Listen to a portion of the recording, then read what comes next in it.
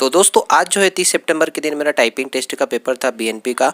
तो उसी से रिलेटेड मेरा जो एक्सपीरियंस था वो मैं आपके साथ शेयर करना चाहता हूँ।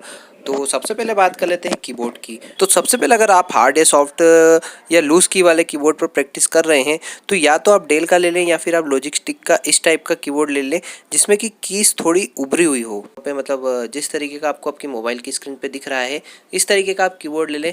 क्योंकि क्या हो रहा है, क्योंकि इस तरीके के कीबोर्ड पे आप लोग प्रैक्टिस नहीं करते हैं और जब आपके सामने इस तरीके का कीबोर्ड आता है वो थोड़ी सी की भी हार्ड आती है तो आपकी स्पीड कम हो जाती है और जो आपका टारगेट रहता है वो आप अचीव नहीं कर पाते हैं। अब आप लोगों के मन में होगा कि टाइपिंग का सॉफ्टवेयर आखिर कौन सा रहेगा, तो ये मैंने देखा है कि ये चीज़ किसी ने नहीं बताई है। तो आपको मैं बता दूं कि एक टाइपो टेस्ट करके टाइपिंग सॉफ्टवेयर आता है जो कि कंपनी के द्वारा ही बनाया जाता है और जो केवल एग्जाम के लिए ही बनाया जाता है। मतलब सबसे पहले कुछ इस तरीके का इंटरफेस आपको देखने को मिलेगा।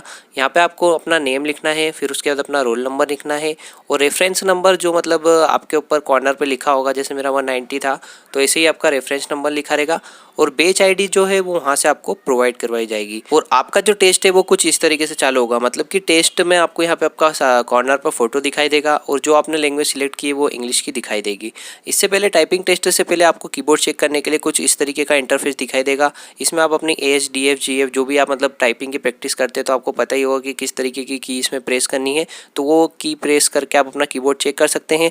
और मैं आपको वापस से बोल रहा हूँ कि अगर आप सॉफ्ट कीबोर्ड मतलब जिसकी की आसानी से प्रेस हो जाती है उस पर अगर आप प्रैक्टिस कर रहे हैं तो ये जो स्क्रीन पे आपको कीबोर्ड दिख रहा है इस तरीके का आप कीबोर्ड खरीद लीजिए, या आपके पास किसी के पास हो तो आप उसके लिए एक दिन के लिए उस पर केवल एक दिन के लिए उस पर प्रैक्टिस कर लीजिए, आपकी स्पीड बराबर मेंटेन हो जाएगी। और अब सबसे मोस्ट इम्पॉर्टेंट बात कि रिजल्ट कैसे चेक करें, तो आपको मैं सिंपली बताता हूं कि अपना जो मतलब बीएनपी की एग्ज़ाम है उसमें इंग्लिश के लिए आपको 40 वर्ड पर मिनट मिनिमम टाइप करना ही है। तो इसमें आपको क्या करना है कि जैसे ही आप अपना मतलब जैसे ही आप अपना पेपर देंगे तो आपको कुछ इस तरीके का बारकोड दिखाई देगा। जैसे स्क्रीन पे आपको एक बारकोड दिखाई दे रहा है, जैसे ही आप अपना टाइपिंग कंप्लीट कर लेंगे वैसे ही आपको स्क्रीन के सामने एक बारकोड दिखाई देगा और नीचे आपने जो टाइपिंग की है और उसकी जो गलतियाँ हैं वो दिखाई देगी।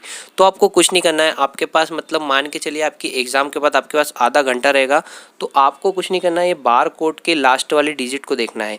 अगर यहाँ पे 2000 से ज़्यादा आपकी की है, मतलब 2000 से ज़्यादा यहाँ पर लिखा हुआ है तो आप मतलब क्वालिफाइंग है, जैसे 2040 2050, और अगर इससे कम है तो आप क्वालिफाई नहीं है। अब इसका फंडा मैं आपको बताता हूँ कि इसमें आपको क्लियरली मतलब जब आपने फॉर्म भरा होगा तो उन्होंने क्लियरली बताया था कि 5 वर्ड एक मतलब एक वर्ड में पूरे 5 की होना चाहिए। मतलब जैसे कि श्याम है तो श्याम में SHYAM श्याम, मतलब इसमें 5 वर्ड है, मतलब इसमें 5 की है और ये वर्ड कितने का हो गया 5 का। तो इस हिसाब से अगर कैलकुलेट करें तो 40 × 5 मतलब 2000 की अपनी प्रेस होना चाहिए, मतलब की स्ट्रोक कितना होना चाहिए 2000 का।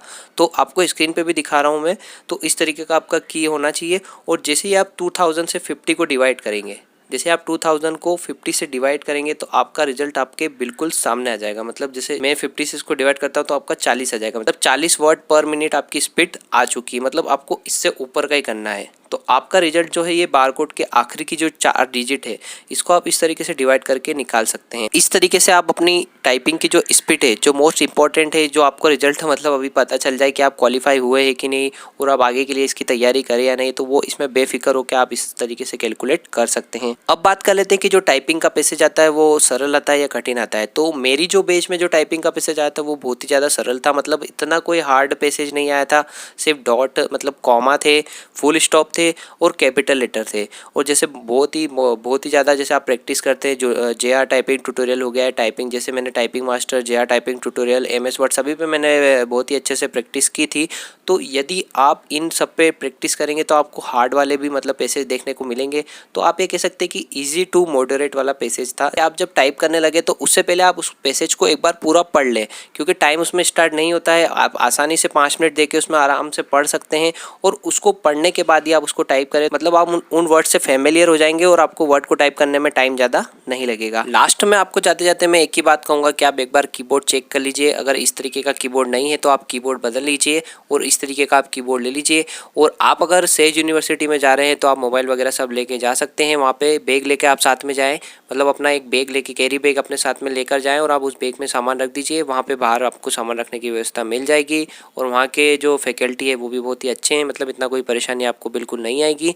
और साथ में आप अपने डॉक्यूमेंट की एक फ़ोटोकॉपी भी ले जाएँ, जो डॉक्यूमेंट आप वहाँ पे दिखाना चाहते हैं। तो एक डॉक्यूमेंट की फ़ोटोकॉपी आपको वहाँ पे एडमिट कार्ड के साथ सबमिट करनी पड़ेगी। और इसी के साथ में अगर आपकी कोई भी क्वेरी हो, मतलब आपको इसके अलावा और कोई डाउट हो तो आप बेझिझक इसमें कमेंट कर देना। मैं एक नया सा वीडियो बना दूंगा या आपके कमेंट में आपका रिप्लाई कर दूंगा। तो मिलते हैं नेक्स्ट वीडियो में। Take care, bye bye.